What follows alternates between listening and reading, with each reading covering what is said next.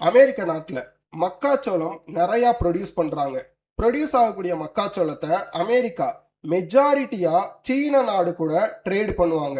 இப்போ சீன நாடுக்கும் அமெரிக்க நாடுக்கும் ட்ரேட் வார், வர்த்தக போர் நடந்துக்கிட்டு இருக்கனால சீன நாடு அமெரிக்காட்ட இருந்து மக்காச்சோளம் வாங்குறத ஸ்டாப் பண்ணிட்டு பிரேசில் நாட்டில் இருந்து சோயாபீனும் மக்காச்சோளமும் வாங்கிடுறாங்க.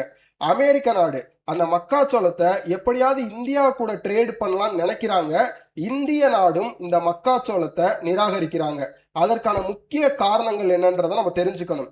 இந்தியாவிலேயே மக்காச்சோளம் போதுமான அளவுக்கு உற்பத்தி ஆகின்றது, அதனால் நிராகரிக்கின்றோம். அடுத்தது, அமெரிக்காவில் விளையக்கூடிய 90% மக்காச்சோளம் என்பது மரபணு மாற்றப்பட்ட மக்காச்சோளம், ஜெனட்டிக்கலி மாடிஃபைடு கார்ன், அதனால நிராகரிக்கிற நிறைய ஹெல்த் இஷ்யூஸ் வந்துடும் சொல்லிட்டு. அடுத்து, இந்தியாவில் நிறைய ஃபார்மர்ஸ் மக்காச்சோளம் ப்ரொடியூஸ் பண்றாங்க. அமெரிக்காவில் இருந்து இறக்குமதி செஞ்சோம் அப்படின்னா உள்நாட்டு விவசாயிகள் பாதிப்புக்கு உள்ளாவார்கள் என்று நிராகரிக்கின்றோம். பாஸ், இப்ப உங்களுக்கான கேள்வி.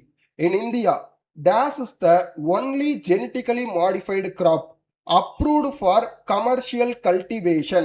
கரெக்டான ஆன்சரை கமெண்ட்ல மென்ஷன் பண்ணுங்க. மறக்காம நிக்டோ IAS யூடியூப் சேனலை சப்ஸ்கிரைப் பண்ணுங்க, இன்ஸ்டாகிராம்ல ஃபாலோ பண்ணுங்க. தேங்க்யூ.